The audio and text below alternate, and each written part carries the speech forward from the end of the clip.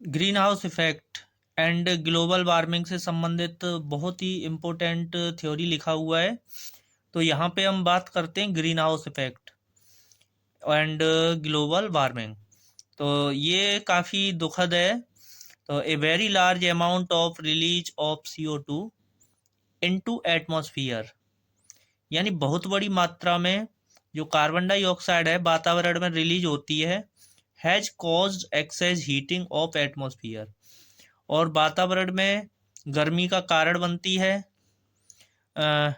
To an alarming state. Consequently the temperature of earth's atmosphere has gone up, यानी जो temperature है वो पृथ्वी का यानी बढ़ जाता है। This is called global warming, यानी इस पूरे जो है घटनाक्रम को ग्लोबल वार्मिंग कहते हैं। हिंदी में इसको वैश्विक तपन भी कहते हैं, वैश्विक तपन। It is the effect of greenhouse phenomenon, तथा इस घटना को जो है ग्रीन हाउस इफेक्ट कहते हैं। और इसके जो कारण हैं, cause of greenhouse phenomenon, यानी जो ग्रीन हाउस घटना होती है उसके कारण क्या होते हैं। तो सबसे पहला है बर्निंग ऑफ फॉसिल फ्यूल्स, यानी जो जीवाश्म ईंधन जलाए जाते हैं, जो पेट्रोलियम है, सच एज कोयल, कोयल मीन्स होता है कोयला, पेट्रोलियम एंड पेट्रोलियम के जो भी प्रोडक्ट्स होते हैं, गैसियस फ्यूल्स, यानी जो गैस अवस्था में ईंधन पाए जाते हैं, वुड यानी लकड़ी, ETC।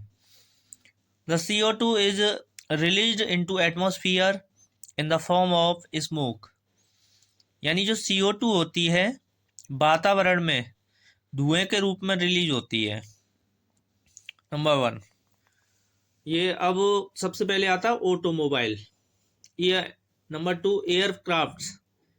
Number 3 ship and other marine vessels and thermal power plants and various industrial unit, ये सब जो कारण बनते हैं ग्रीन हाउस इफेक्ट के।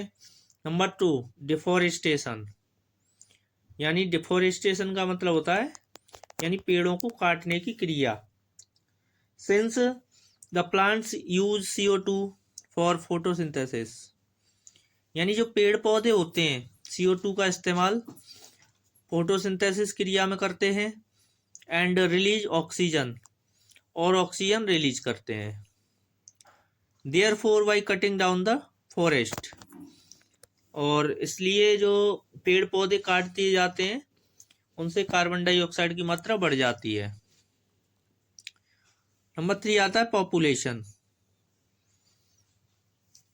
एक्सप्लोजन, पॉल्यूशन एक्सप्लोजन, यानी due too much increased population, population जो विस्फोट होता है, पॉपुलेशन की जो वृद्धि होती है वो भी एक गंभीर समस्या बनती है ग्रीन हाउस इफेक्ट के लिए।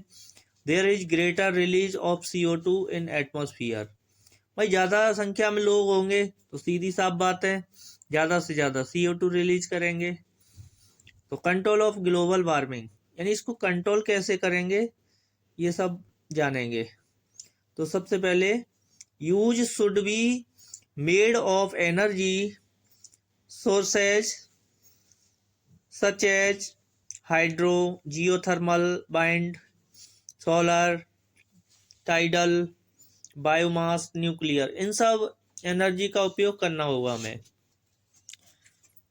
Technology should be developed to prevent release of greenhouse gases into atmosphere, यानी जो टेक्नोलॉजी है उसके डेवलप होने से ग्रीन हाउस इफेक्ट को रोका जा सकता है।